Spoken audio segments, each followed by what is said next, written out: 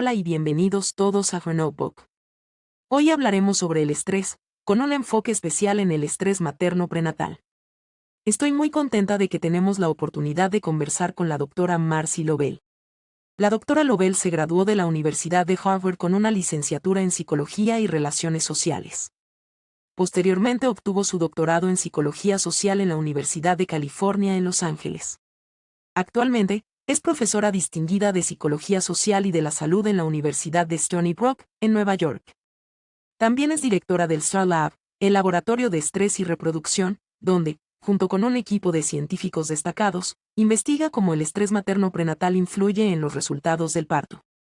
En su investigación, ha colaborado con un panel internacional de científicos y ha publicado numerosos artículos en revistas científicas revisadas por pares, abordando temas críticos de salud pública, incluyendo disparidades raciales en los resultados del parto, aspectos psicológicos de la infertilidad y las tecnologías de reproducción asistida, así como el aumento de las tasas de partos por cesárea. Bienvenida a Notebook, doctora Lovell. Nos alegra muchísimo tenerte con nosotros hoy. Es un placer estar acá. Muchas gracias. Para empezar, ¿podrías contarle a nuestra audiencia brevemente por qué y cómo decidiste enfocar tu trabajo en el estrés, en particular el estrés materno prenatal? Bueno, en realidad, esta carrera en investigación fue un poco afortunada.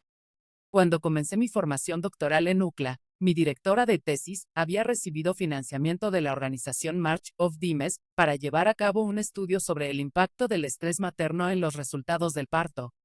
Y sinceramente, la literatura científica en ese momento era bastante decepcionante, lo cual es irónico considerando que el embarazo es un fenómeno universal.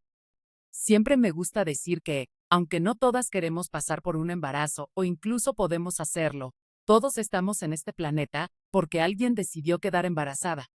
Y cuando empecé a investigar y a revisar esa literatura, me di cuenta de lo débil que era desde el punto de vista científico, y de cómo estaba llena de malentendidos y mitos sobre las mujeres y la salud femenina. Te doy un ejemplo. Parte de la literatura temprana sobre las náuseas y vómitos en el embarazo, síntomas muy comunes, especialmente en el primer trimestre, sugería que eso representaba un intento inconsciente de la mujer de rechazar su embarazo. Obviamente eso no tiene sentido, no es científico. Había muchas otras cosas que me resultaban preocupantes en esa literatura. Entonces, con el apoyo de mi directora de tesis, la doctora Christine Dunkelstetter, quien, dicho sea de paso, se acaba de jubilar luego de una carrera impresionante, comencé a estudiar el estrés en mujeres embarazadas. El estudio se realizó principalmente con mujeres hispanas en Los Ángeles, muchas de ellas indocumentadas y en situaciones de vida muy difíciles. Durante su embarazo, fueron entrevistadas por entrevistadores bilingües. Desarrollamos algunos instrumentos, me refiero a cuestionarios, pruebas de lápiz y papel validadas con muchas personas, que nos permitían interpretar sus respuestas sobre cómo se sentían durante el embarazo, si estaban ansiosas, preocupadas, tensas o estresadas, y por qué razones. Nuestro primer estudio, bueno, las primeras partes se publicaron en 1990, fue uno de los más rigurosos que se habían hecho hasta entonces. Confirmó que niveles altos de estrés crónico durante el embarazo aumentan el riesgo de parto prematuro, es decir, antes de las 40 semanas normales de gestación. Aprovecho para aclarar que se considera parto prematuro cualquier nacimiento que ocurre antes de las 37 semanas. También encontramos que el estrés crónico elevaba el riesgo de tener un bebé con bajo peso al nacer. Aunque hayan llegado a término, aunque su embarazo haya durado las 40 semanas normales, más o menos 2 semanas, esos bebés también tenían más probabilidades de nacer con bajo peso, que se define como cualquier peso inferior a 2.500 gramos. Para darles una idea a los oyentes de cuánto es ese peso en gramos, son aproximadamente 2,5 kilos, o 5 libras y media. Cuando hablo de esta investigación, les pido a las audiencias que piensen en lo que se siente al sostener una bolsa de azúcar o una bolsa de harina de 2 kilos. Estamos hablando de bebés que pesan muy poco, y la razón por la que nos importa tanto este tipo de resultados, tanto poder predecirlos como ojalá prevenirlos, es porque estos bebés son muy vulnerables. Tienen más probabilidades de morir durante su primer año de vida. Están en riesgo de sufrir todo tipo de enfermedades respiratorias, problemas en el desarrollo neurológico, y luego vemos que algunos de esos problemas incluso persisten en la infancia, la adolescencia e incluso en la adultez. Los adultos que nacieron con bajo peso o de forma prematura también tienen un mayor riesgo de ciertas enfermedades, especialmente enfermedades del sistema cardiovascular. A eso se lo conoce como la hipótesis o fenómeno de programación fetal. Hay consecuencias que duran toda la vida para los nacimientos prematuros o con bajo peso, lo que muchas veces se conoce como prematuridad, un término más común en el habla cotidiana, aunque no es el término médico. Es una investigación fascinante. Quiero dar un paso atrás, simplemente para definir algunos conceptos para nuestra audiencia. Describiste el estrés prenatal como algo distinto del estrés general. ¿Podés contarnos un poco sobre las diferencias entre ambos, y también sobre la herramienta que desarrollaste para medir el estrés materno prenatal? Creo que se llama el cuestionario de distrés prenatal. Sí, me alegra mucho que hagas esa pregunta, porque gran parte de mi carrera me la he dedicado a mejorar la forma en que conceptualizamos y medimos el estrés prenatal. Así que, para darte una pequeña lección de historia, en el estudio del estrés, históricamente hubo dos enfoques principales. Uno consistía en pensar el estrés como todas aquellas cosas que nos suceden, los grandes eventos, los eventos de vida, como la muerte de alguien querido o la pérdida de algo importante durante un periodo crítico. Esa fue una manera histórica de entender el estrés. El segundo enfoque consistía en examinar cómo se siente la gente. Generalmente eso se mide en forma de ansiedad. Entonces, podrías pensar en esos dos enfoques como maneras de capturar lo que llamamos el estímulo de estrés o la respuesta al estrés. Y no fue hasta los años 70 u 80 que los psicólogos empezaron a reconocer una distinción clave. No todas las personas experimentan los mismos eventos de la misma manera. Lo que es estresante para vos, quizás no lo sea para mí. A partir de ese momento, los psicólogos empezaron a pensar el estrés como un proceso que involucra a lo que se llama evaluación o valoración cognitiva. Pensar cómo me afecta este evento, cómo me siento al respecto, qué recursos tengo para afrontarlo. Todo eso está muy bien. Y en nuestro primer estudio analizamos los grandes eventos estresantes que las mujeres habían vivido durante el embarazo. También medimos ese componente de respuesta que mencioné antes, los niveles de ansiedad de las mujeres. Lo que descubrimos fue que, de hecho, la combinación de esos factores era el mejor predictor de los resultados adversos en el parto que mencioné antes. Nacimiento prematuro y bajo peso al nacer. Sé que eso suena bastante complejo y sofisticado desde una perspectiva psicológica. Sin embargo, fue una mejor manera de captar todo lo que implica el estrés, ya que no se trata solo de los eventos que ocurren ni de lo que vivimos, sino también de cómo interpretamos lo que nos pasa. Nadie había utilizado esa concepción tan completa, ni esa forma de medir el estrés hasta que nuestra investigación empezó a mostrar que la combinación de esos factores era realmente la que aumentaba el riesgo en las mujeres. Unos 10 años después, o quizás un poco antes, a mediados o fines de los 90, se nos ocurrió a mí, a mis estudiantes y a otros que formo en mi laboratorio, que en el caso de las mujeres embarazadas estábamos pasando por alto algo muy potente, lo absolutamente único que significa estar embarazada. Lo que podría resultar estresante en un embarazo incluye preocupaciones por los cambios físicos que atravesamos, dudas sobre si los síntomas son normales, si difieren de una mujer a otra, o si son distintos de un embarazo anterior, el de una hermana o una amiga. También está la preocupación por cómo van a costear la atención médica, algo todavía más relevante ahora que el Congreso está recortando algunos de los apoyos que antes existían para cubrir esos gastos. Hay preocupación por la salud del feto. ¿Se está desarrollando normalmente? ¿Y nuestros propios hábitos de salud?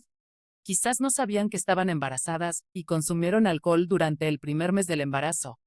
Y a medida que avanza el embarazo, empezamos a preocuparnos por el parto. ¿Será muy doloroso? ¿Cómo será la experiencia? Especialmente si nunca dimos a luz antes. ¿Podré recibir ayuda para aliviar el dolor?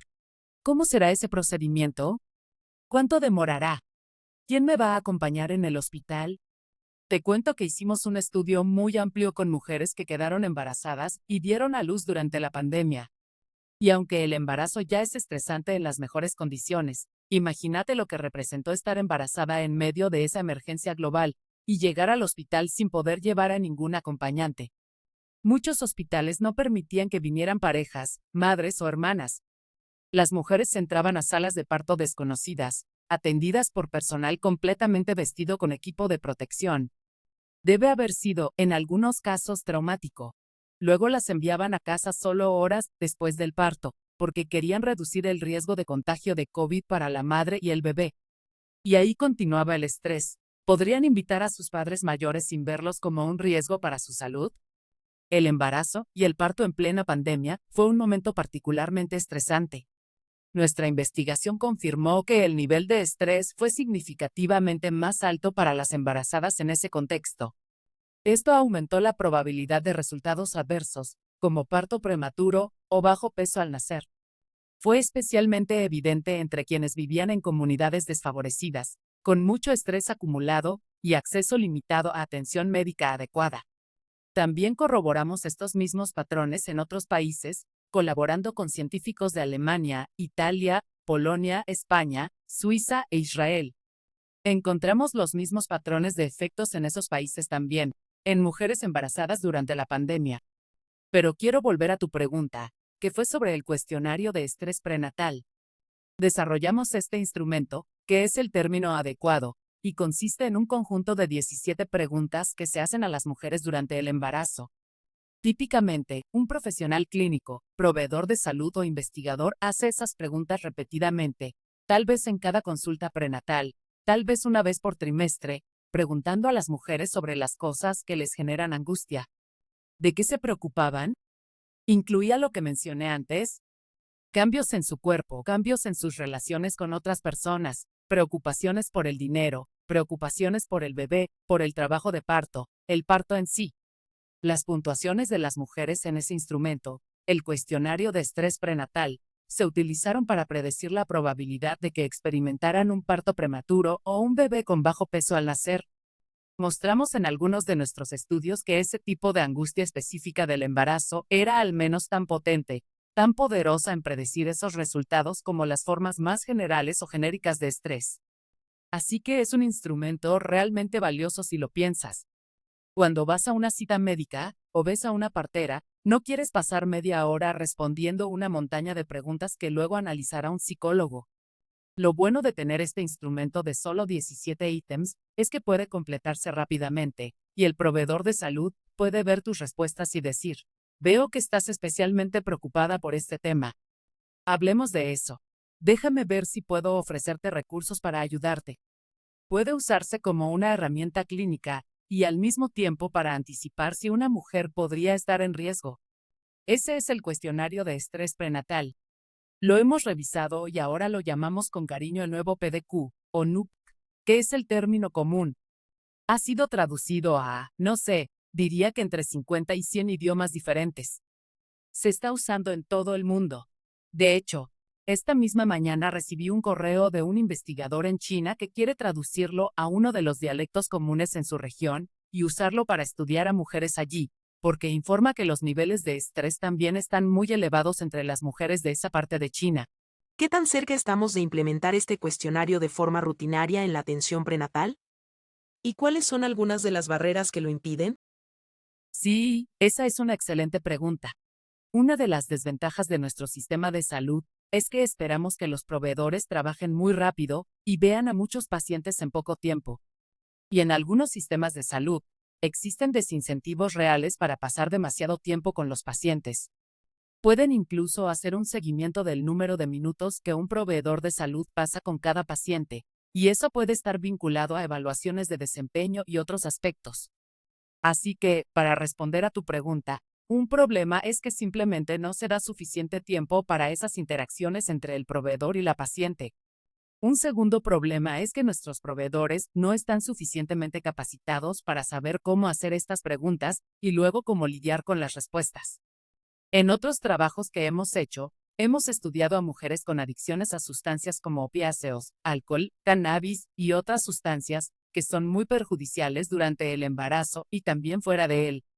Lo que encontramos en esa investigación es que algunos proveedores de salud se sienten incómodos haciendo esas preguntas. No saben cómo preguntar, se sienten avergonzados o inseguros, y luego no saben qué hacer con la información una vez que la tienen.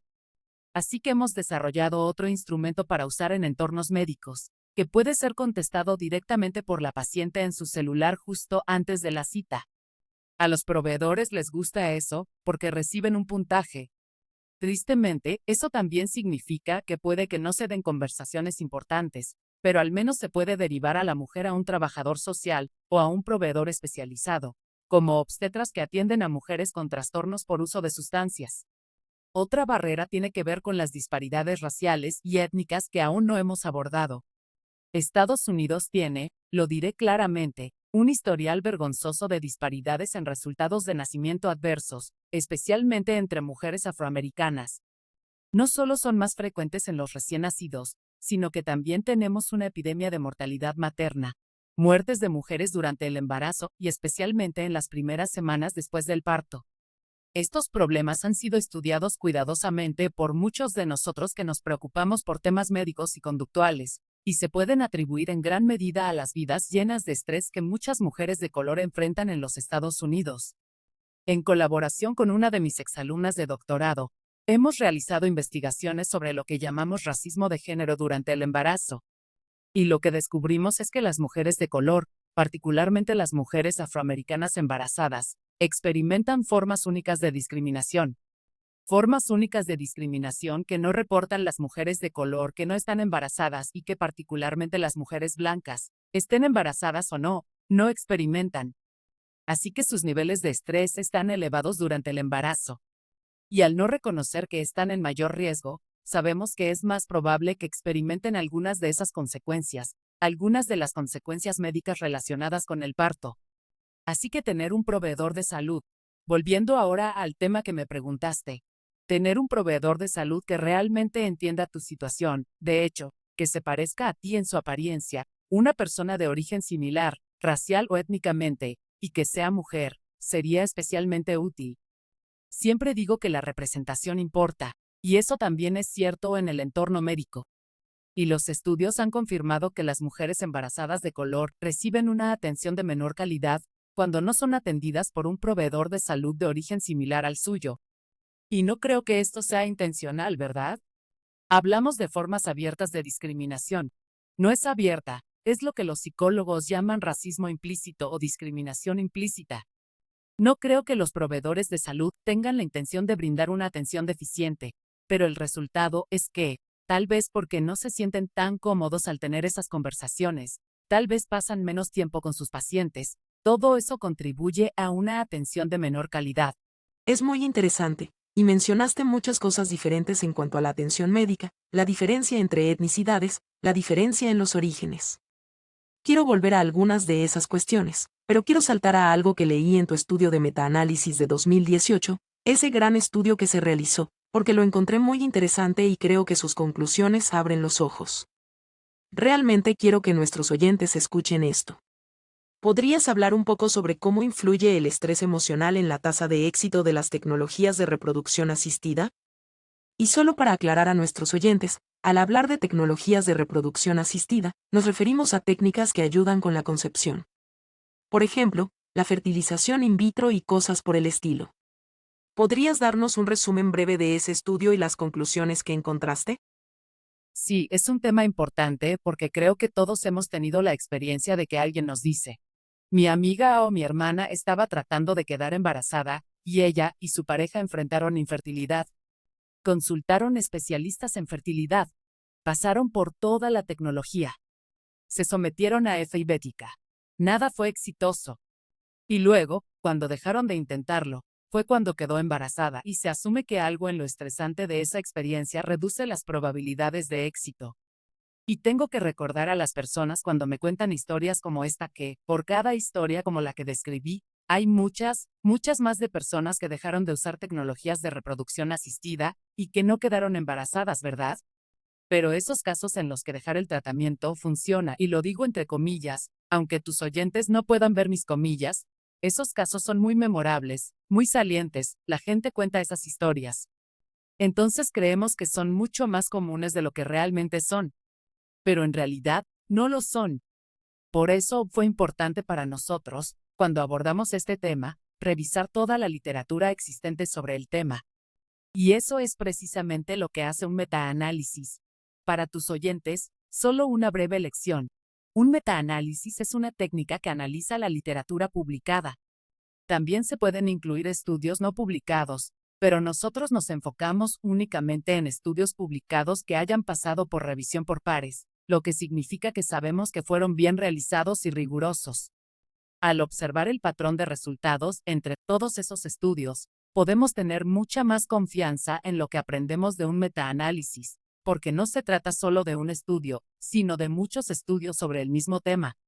Cuando realizamos nuestro metaanálisis sobre este tema, descubrimos que el malestar emocional no reduce la probabilidad de que tecnologías de reproducción asistida como la FIV fertilización in vitro tengan éxito. Así que esperamos haber desmontado el mito de que a las mujeres se les dice, relájate y te embarazarás. De hecho, titulamos nuestro artículo con algo parecido a eso, solo relájate y te embarazarás. Honestamente no recuerdo el título exacto, pero era algo similar. Después de publicar ese artículo, quiero contarte la cantidad de correos electrónicos que recibí de mujeres, e incluso personas que me conocían, que me detenían o me llamaban o me enviaban mensajes con un sentimiento de alivio. Recuerdo una llamada con una mujer que estaba llorando, lágrimas de alivio, porque me dijo que durante años se había culpado a sí misma por no lograr el embarazo con FIV, ya que se sentía ansiosa y tensa durante todo el proceso. Se culpaba. Y después de leer nuestro artículo, sintió que finalmente entendía que no fue su culpa. Siento que fue una contribución muy importante para muchas mujeres que se someten a FIV u otras formas de reproducción asistida, y que piensan que es su responsabilidad emocional asegurarse de que funcione. Y por supuesto, eso no es verdad. Realmente quería escucharte decir eso porque creo que estás desmontando un gran mito. Creo que, incluida yo, he escuchado exactamente esa historia que mencionaste, en la que una pareja intenta durante mucho tiempo, luego deja de intentarlo, y finalmente logra el embarazo. Y esa historia se queda. Es muy reconfortante saber que, desde un punto de vista científico, no es cierto que eso tenga un impacto negativo sobre la FIV u otras metodologías. Así que gracias por hacer esa investigación, fue realmente reveladora. Entonces, quería preguntarte, ¿qué nos enseña esto sobre las intervenciones mente-cuerpo? ¿Qué crees que deberíamos aprender de esto? Bueno, yo no dejaría de intentar aliviar el estrés, incluso si demostramos que el estrés no es el culpable de algunos de los problemas de salud que la gente experimenta, porque, por supuesto, el estrés tiene su propio impacto en nuestras vidas de otras maneras. Dicho esto, hay mucha evidencia en muchos temas que demuestra que el estrés es un factor contribuyente. En realidad, nos vuelve más vulnerables a los virus. No sé si sabías esto, pero aunque uno debe estar expuesto a un virus, es más probable, por ejemplo, que nos resfriemos si estamos expuestos a alguien con un resfriado cuando estamos bajo mucho estrés. Además, se ha demostrado que el estrés influye en el pronóstico de personas con enfermedades crónicas graves. Por eso, aliviar el estrés puede tener numerosos beneficios para la salud. Sabemos que hay formas mejores y peores de afrontar el estrés para mitigar esos impactos. Antes mencioné que el consumo de sustancias es muy peligroso durante el embarazo, y también puede serlo en otros contextos. No es una forma saludable de lidiar con el estrés. En psicología, eso se llama evitación escapista. Hay otras conductas de evitación escapista como dormir en exceso o simplemente evitar el contexto que está generando el estrés. Lo que muestran estudio tras estudio es que ese tipo de afrontamiento no reduce el malestar y puede tener otros efectos perjudiciales. Lo que sí parece ser beneficioso para muchas personas, aunque no para todas, ya que cada individuo es diferente, es encontrar formas constructivas de lidiar con el estrés. Una de ellas es mediante conductas saludables. El ejercicio es un gran reductor del estrés y además tiene muchos otros beneficios para la salud. Otra estrategia útil es el apoyo social. Recurrir a nuestros amigos, parejas, familiares, pedir ayuda cuando la necesitamos, tener a alguien con quien hablar y que nos brinde apoyo en momentos difíciles. Estas son maneras mucho más saludables y eficaces de afrontar el estrés. Voy a volver más adelante a algunos de estos mecanismos de afrontamiento, pero quería preguntarte por otro tema que vi en uno de tus estudios recientes, la diferencia entre el riesgo percibido y el riesgo real. Hubo un estudio que demostró que la percepción de riesgo por parte de las mujeres embarazadas, no solo su riesgo clínico, tenía una mayor correlación para predecir los resultados del parto. ¿Puedes explicar por qué la percepción importa tanto en la configuración de los resultados? ¿Y qué implica eso en cuanto a cómo comunicamos los riesgos durante el cuidado prenatal? Creo que eso se conecta con dos temas que tú y yo ya hemos discutido. Uno es la posibilidad de que las mujeres se perciban en riesgo por cosas que estaban haciendo y que no habían compartido con su proveedor de salud. Quizás fumaban un cigarrillo ocasionalmente, consumían alcohol, o hacían alguna actividad física que su médico les había dicho que no era segura para ellas. Entonces, puede que supieran más sobre su situación que su proveedor de salud. Eso nos lleva de vuelta a la importancia de tener una relación abierta, de apoyo y colaborativa con nuestros proveedores de salud. Por cierto, hicimos otro estudio que mostró que las mujeres que tenían una mejor relación y comunicación con sus proveedores de salud se cuidaban mejor durante el embarazo y tenían niveles más bajos de ansiedad. Ese estudio fue realizado con parteras, no con médicos, pero aún así confirmó la importancia de una buena comunicación con el proveedor de salud. Entonces, una razón por la que el riesgo percibido fue tan poderoso en ese estudio puede haber sido que esas mujeres tenían información o intuiciones que sus proveedores no conocían. Y una segunda razón podría ser, y esto es solo una hipótesis, que la percepción de riesgo estaba asociada con el estrés. Si una mujer se percibe en alto riesgo, probablemente también está experimentando tensión, ansiedad, preocupación, incomodidad, todas esas manifestaciones emocionales del estrés. Así que, en cierto modo, el factor de riesgo percibido podría haber sido un indicador o un reflejo del estrés en esas mujeres. Interesante. Hay otro aspecto, y es que existe mucho mensaje, especialmente en redes sociales, sobre la edad materna avanzada. ¿Qué dice realmente la ciencia sobre el estrés relacionado con la edad durante el embarazo? ¿Y cómo podrían las mujeres abordar estas preocupaciones sin generar ansiedad adicional? Sí, esa también es una pregunta importante. Cuando enseño clases a estudiantes universitarios que tienen entre 18 y 25 años, y hablo sobre salud reproductiva, a menudo les pregunto, ¿cuándo creen que comienza a disminuir su capacidad reproductiva? Y normalmente responden 30, 35, 40, a veces 45. Pero la verdad es que nuestra capacidad reproductiva empieza a disminuir en los 20. Ahora bien, eso no quiere decir, y siempre tengo mucho cuidado al decirlo a mis estudiantes, que deban salir corriendo a embarazarse. El embarazo es algo que esperamos hacer cuando lo elegimos, en un momento de nuestras vidas en el que estemos mejor preparadas financieramente, psicológicamente, médicamente, etc. Sin embargo, cuando los investigadores han hablado de esto en el pasado, a veces han sido criticados por la creencia de que no es feminista decirles a las mujeres la verdad sobre cuando comienza a declinar nuestra capacidad reproductiva. Yo creo que, de hecho, es totalmente coherente con los valores feministas compartir con las mujeres la verdad sobre nuestros cuerpos y hacernos conscientes de que, a medida que envejecemos, el riesgo de no poder quedar embarazada, el riesgo de aborto espontáneo y el riesgo de complicaciones durante el embarazo aumentan. No hay un número mágico. Los profesionales de la salud solían usar un límite de 30 o 35 años, pero creo que eso ya ha pasado de moda, porque no es un precipicio del que uno se cae de golpe. Pero sí, con la edad los riesgos aumentan. Y creo que es importante tener esa información. Esa información es una herramienta. Si sabemos, por ejemplo, que nuestros riesgos son mayores, eso puede motivarnos a cuidar mejor nuestra salud, para tratar de contrarrestar cualquier riesgo que podamos tener con conductas que nos ayuden a mantenernos más saludables durante el embarazo.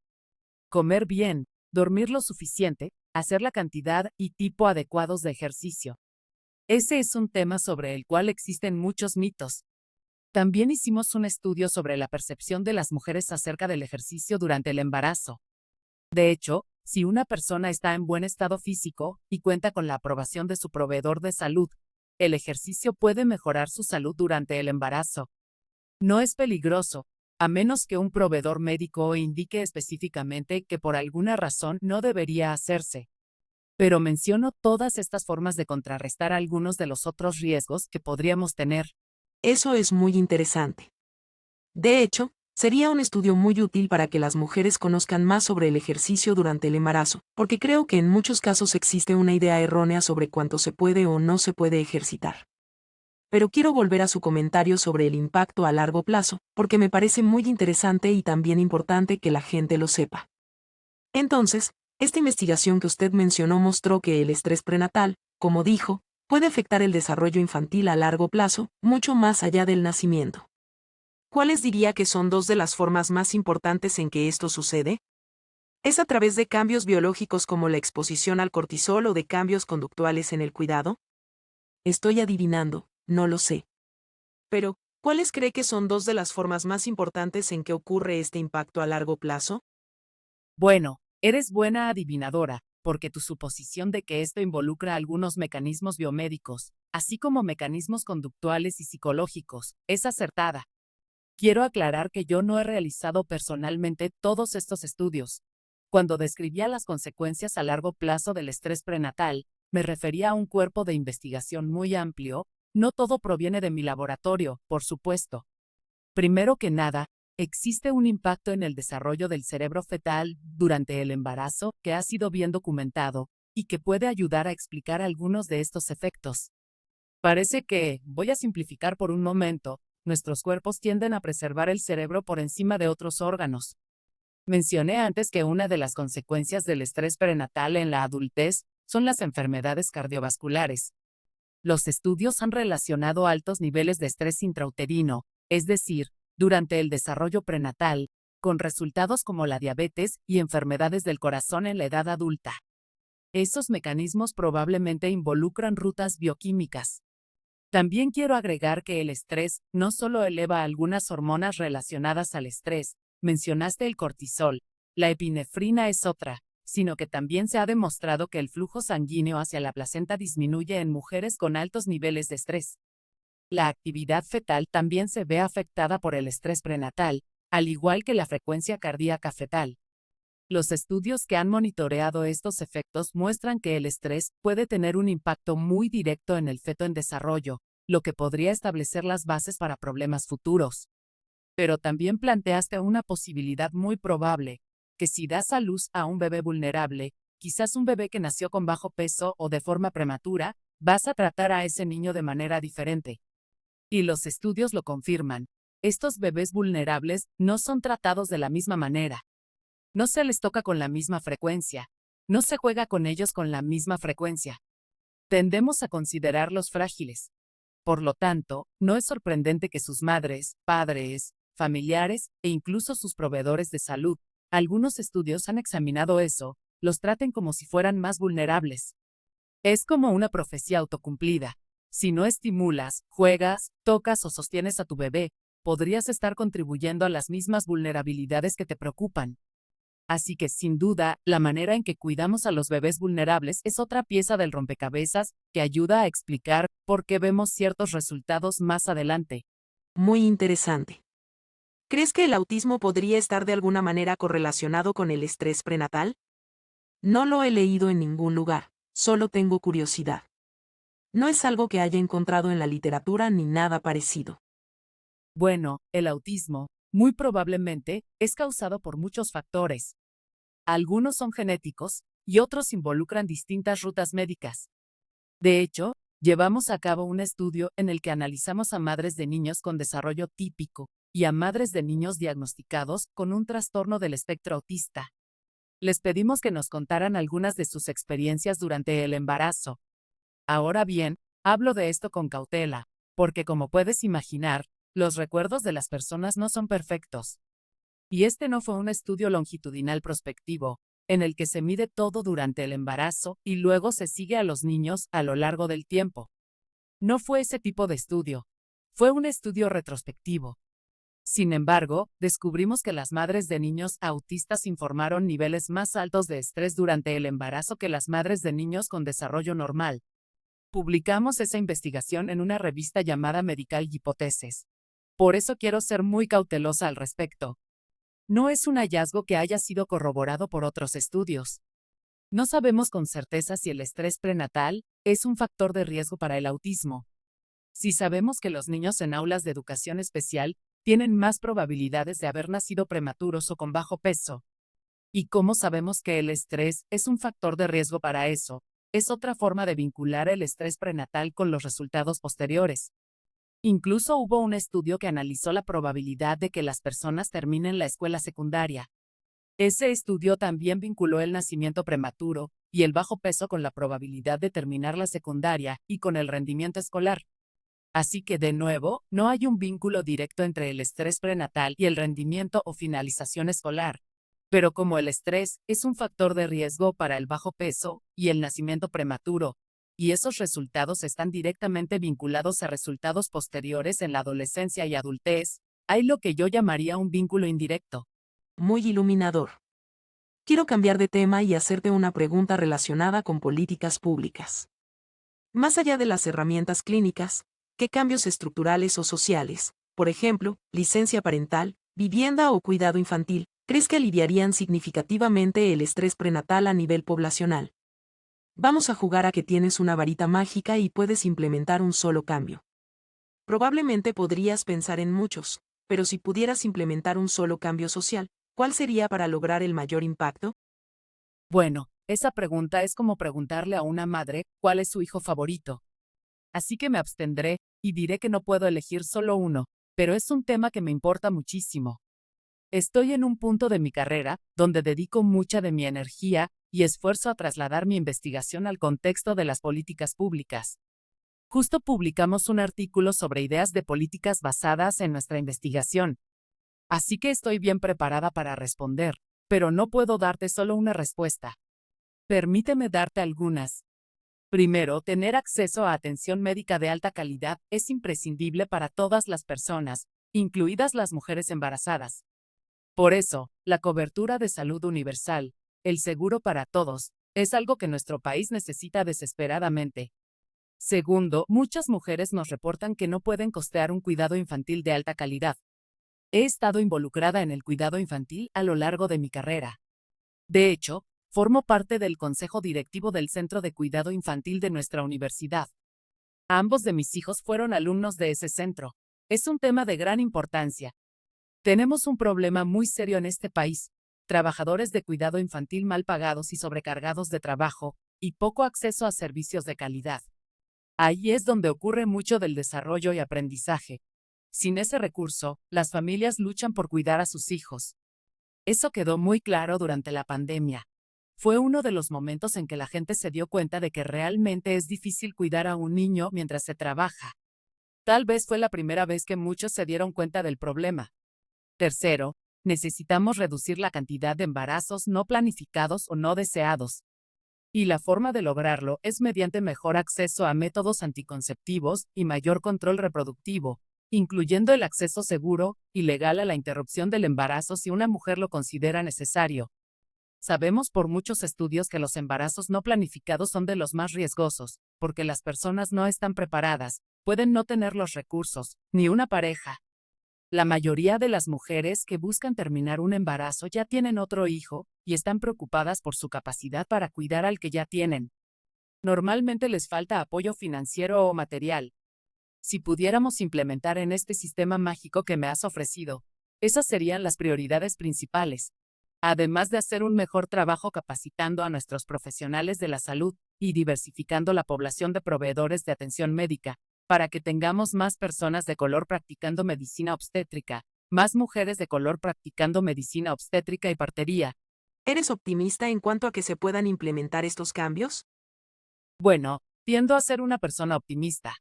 Y la razón por la que puedo serlo es porque estoy trabajando muy duro en mi propia vida para primero enseñar sobre estos temas. Lo que estamos haciendo hoy, creo, es el primer paso. Hay que educar a la gente. Hay que informar a las personas cuáles son los problemas, cuáles son las soluciones, y cada vez más, estoy hablando con legisladores e interactuando con ellos. Así que trato de mantenerme optimista. Seré honesta, es muy difícil en 2025 ver lo que está ocurriendo en nuestro gobierno federal y mantener el optimismo. Pero también me siento muy privilegiada de vivir en el gran estado de Nueva York y en otros lugares progresistas de nuestro país que realmente están liderando el camino en promover la salud materna.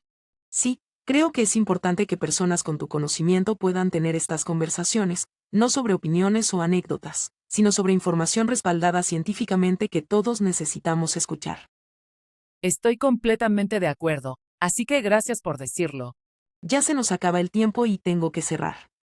Tenemos una tradición en Gernotebook donde pedimos a nuestros invitados que compartan algunas ideas prácticas que nuestra audiencia pueda aplicar de inmediato. Así que la pregunta para ti es, para las mujeres que actualmente están embarazadas, ya sea que el embarazo haya sido planeado o no, ¿cuáles son 2 estrategias prácticas que recomendarías para ayudar a manejar y reducir el estrés prenatal durante el embarazo? Número 1. Pedir ayuda. Cualquiera que sea la ayuda que se necesite, averiguar a quién se puede pedir. Creo que las parejas deben estar más presentes, pero también otros miembros de la familia, ya que no todas las mujeres tienen pareja. Otros familiares pueden intervenir, pero a veces la gente no sabe cómo ayudar. Entonces, reconocer que necesitamos ayuda, reconocer que está bien pedir ayuda, es muy importante. La segunda es realmente construir una línea de comunicación con nuestros proveedores de salud, y no tener miedo de decirles si tenemos preocupaciones o si quizás hemos incurrido en conductas poco saludables. Es muy importante que ellos tengan información completa y conocimiento sobre cómo nos sentimos, cuáles son nuestros síntomas físicos, nuestro estado psicológico, etc. Y finalmente, sé que solo pediste 2, pero me voy a hacer trampa y añadir una tercera. Recordar cuidarse a una misma, priorizarnos. Cuando estamos embarazadas, somos la prioridad. Así que ponernos en primer lugar es algo que animaría a toda mujer embarazada a hacer. Y con eso, les doy las gracias a todos por escucharnos y gracias, doctora Lobel, por acompañarnos hoy y compartir sus maravillosos conocimientos. Ha sido un privilegio. Gracias a ustedes. Al cerrar, quiero agradecerte por acompañarme en el podcast Su Cuaderno. Si te gustó lo que escuchaste, te pido humildemente que sigas y te suscribas para más contenido. Hasta la próxima, recuerde, entender nuestro cuerpo es el primer paso para empoderar nuestra mente.